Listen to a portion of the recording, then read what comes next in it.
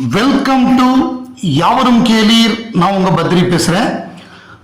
இன்று முன்னாள் தமிழக முதல்வர் புரட்சி தலைவர் எம்ஜிஆர் அவர்களுடைய பிறந்த நாள். இது குறித்து மக்கள் நீதி மய்யம் தலைவர் நம்மவர் கமல்ஹாசன் அவர்கள் ஒரு ட்வீட் போட்டிருக்காரு.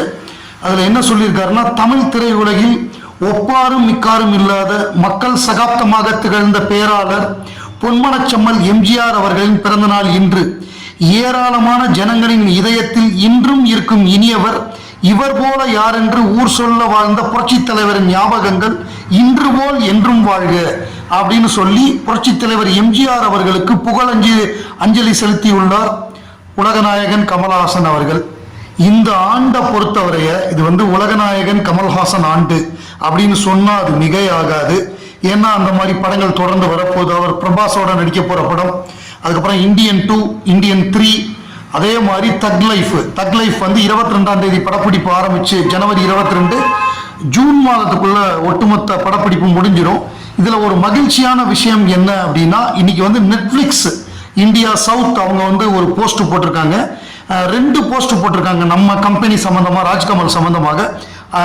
அதாவது ஒன்று கமல் சம்பந்தமா, இன்னொன்று ராஜ்கமல் சம்பந்தமா.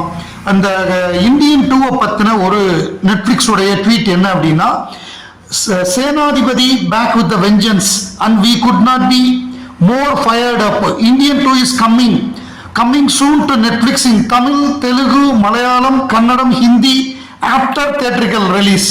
தியேட்டர்ல ரிலீஸ் ஆனதுக்கு அப்புறம் நெட்ஃபிளிக்ஸ் இந்தியன் 2 பட உரிமையை வாங்கியிருக்காங்க. ஸோ நெட்ஃபிளிக்ஸுக்கு மிகப்பெரிய விலைக்கு நெட்ஃபிளிக்ஸுக்கு விற்றுருக்காங்க.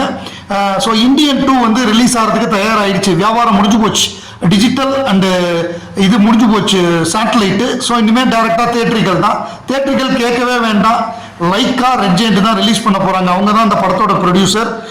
ரெட் ஜெயண்ட் உள்ளே இறங்கி ரிலீஸ் பண்ண எப்படி ரிலீஸ் ஆகும்னு நம்ம எல்லாருக்கும் தெரியும். ஏற்கனவே விக்ரமில் அந்த மிகப்பெரிய ஒரு வெற்றியை பார்த்தோம். அதே மாதிரி ஒரு வெற்றியை இந்த முறையும் இந்தியன் 2ல நம்ம பார்க்க போகிறோம். ஸோ இது இந்தியன் 2 மட்டும் கிடையாது, பல படங்களோட அறிவிப்பை நெட்ஃபிளிக்ஸ் வெளியிட்டிருக்கு. அதில் குறிப்பாக நம்ம கம்பெனி ராஜ்கமல் தயாரிக்கிற Sivakarthikeyan is gearing up for a battle like never before. Sivakarthikeyan 21 is coming soon on Netflix. Tamil, Telugu, Malayalam, Kannada, Hindi after theatrical release Netflix பண்டிகை அப்படின்னு போட்டு SK21 போட்டு உலகநாயகன் கமல்ஹாசன், ராஜ்கமல் அதெல்லாம் டேக் பண்ணி போட்டிருக்காங்க. ஸோ நம்மளுடைய படங்கள் வரிசையாக வரப்போகுது. ஸோ இது நிச்சயமாக இது உலகநாயகன் ஆண்டு தான். மையம் தேர்ந்தெடுக்கப்பட்ட படைப்புகள் அப்படிங்கிற அந்த புத்தகம் புத்தக கண்காட்சியில் கிடைக்குது. ஸோ இது உலகநாயகன் கமல்ஹாசன் அவர்களுடைய பல்வேறு நல்ல படைப்புகள் அதில் இருக்கு. அதில் அவருடைய தலையங்கமாக இருக்கட்டும், இலக்கியவாதிகளுடைய படைப்பு மையத்தில் வந்தது, இதெல்லாம் மக்களுக்கு போய் சேரணும்.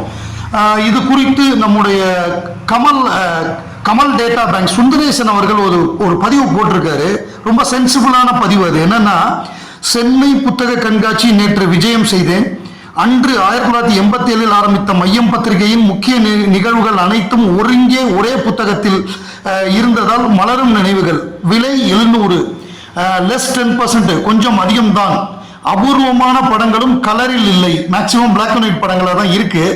சென்னை புத்தக கண்காட்சி முடிந்த பிறகாவது மையம் விலையை குறைத்தால் நம்மவரின் கருத்துக்கள் பலரை சென்றடையும் அப்படின்னு சொல்லியிருக்காரு. ஏன்னா ஒரு கருத்து நிறையா சென்றடையணும்னா மலிவு பதிப்புன்னு போடுவாங்க.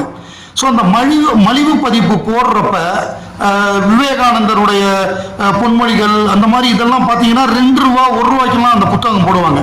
நீங்கள் அவ்வளோ குறைவாக போட வேண்டாம். 700 ரூபாங்கிறது கொஞ்சம் அதிகம். ஒரு 250, 300 அந்த ரேஞ்சில் இருந்ததுன்னா எல்லாருமே வாங்குறதுக்கு வசதியாக இருக்கும். இது கொஞ்சம் 700, 10%, 70 ரூபா போனால் 630 ரூபா வரும்னு வைப்போம்.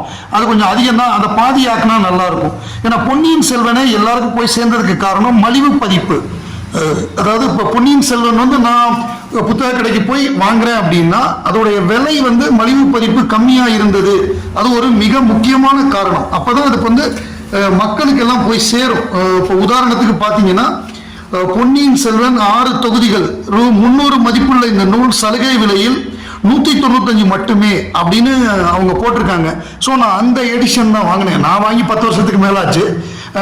ஸோ நம்ம முன்னாடி வாரம் படிச்சிருந்தாலும் அந்த பைண்ட் பண்ணி வச்சிருந்தாலும் ஒரு புத்தகமாக நம்ம பொன்னியின் செல்வன் வாங்குறப்ப அவங்க மலிவு பதிப்பா கொடுத்தாங்க. அதனாலதான் அது இத்தனை லட்சக்கணக்கான மக்கள்கிட்ட பொன்னியின் செல்வன் போய் சேர்ந்தது, அடுத்தடுத்த தலைமுறைகளையும் போய் சேர்ந்தது. அந்த மாதிரி நம்மவருடைய கருத்துக்கள் அடுத்த தலைமுறைக்கு போய் சேரணும், அப்பவே இவ்வளவு அட்வான்ஸா திங்க் பண்ணியிருக்காரு, ஒரு விஷனரி லீடரா இருக்காரு அப்படின்னு அவங்களுக்குலாம் தெரியணும்னா இதை மலிவு பதிப்பா, அதாவது 700 அப்படிங்கிறத ஒரு 500 அப்படின்னு வந்தா கூட, ஒரு 200 ரூபாய் குறைச்சி வந்தா கூட ஒரு நல்லதா இருக்கும், எல்லாரும் வாங்குறதுக்கு வசதியா இருக்கும்.